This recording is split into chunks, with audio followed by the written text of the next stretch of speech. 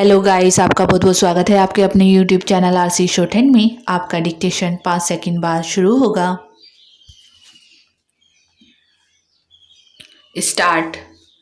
छल कपट लालच और जोर जबरदस्ती से होने वाले मतांतरण को रोकने के लिए कानून बनाने की मांग करने वाली याचिका पर उच्चतम न्यायालय का निर्णय कुछ भी हो, इस सच से कोई भी मुंह नहीं मोड़ सकता कि देश में कुछ समूह और संगठन यह काम बिना किसी रोक टोक करने में लगे हुए हैं। इन संगठनों के निशाने पर आम तौर पर गरीब अशिक्षित जनता और खासकर दलित आदिवासी हैं। मतांतरण में लिप्त संगठनों ने पहले पूर्वोत्तर राज्यों को अपने निशाने पर लिया और फिर झारखंड, छत्तीसगढ़, ओडिशा सरीखे आदिवासी बहुल राज्यों को। अब तो वे पंजाब और दक्षिण भारत के राज्यों में भी सक्रिय हो गए हैं। इनकी सक्रियता के नतीजे अच्छे नहीं होंगे।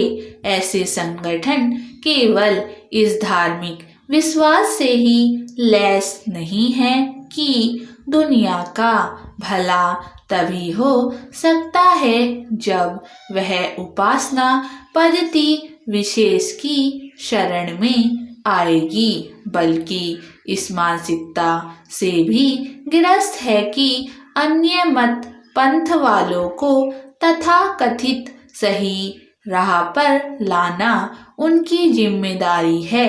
इसी सनक के चलते कुछ समय पहले एक अमेरिकी ईसाई मिशनरी आधुनिक सभ्यता से पूरी तरह कटे हुए अंडमान निकोबार के आदिवासियों को इजायत का पाठ पढ़ाने पहुंच गया था। इस घटना ने पूरी दुनिया का ध्यान आकर्षित किया था, लेकिन कोई नहीं जानता कि ऐसे लोगों पर लगाम लगाने के ठोस उपाय क्यों नहीं किए गए। कम से कम अब तो कुछ किया जाना चाहिए।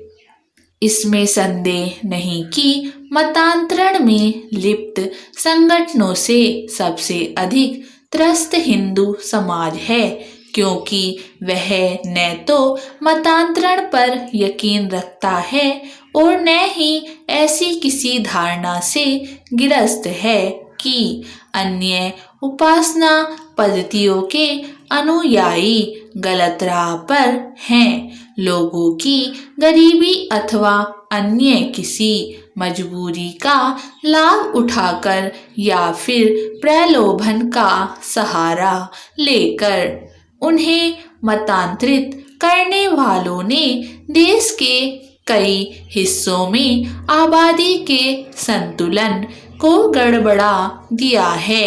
इससे कई समस्याएं पनप रही हैं।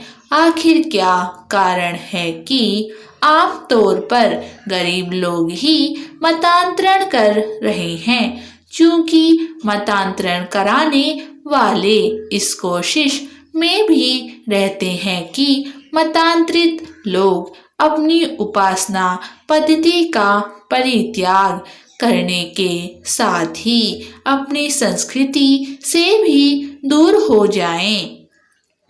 इसलिए समस्याएं अधिक गंभीर रूप ले रही हैं। पिछले कुछ समय से दलितों और आदिवासियों को गैर हिंदू बताने का जो अभियान छिड़ा है, उसके पीछे भी मतांतरण में लिप्त संगठनों की सोची समझी साजिश ही नजर आती है। उच्चतम न्यायालय के साथ साथ केंद्र और राज्य सरकारों को भी छल कपट से होने वाले मतांतरण पर रोक लगाने के लिए स्वीकार्य होना चाहिए, क्योंकि ऐसे मतांतरण देश के मूल चरित्र को बदलने की मंशा से भी हो रहे हैं। स्टॉप।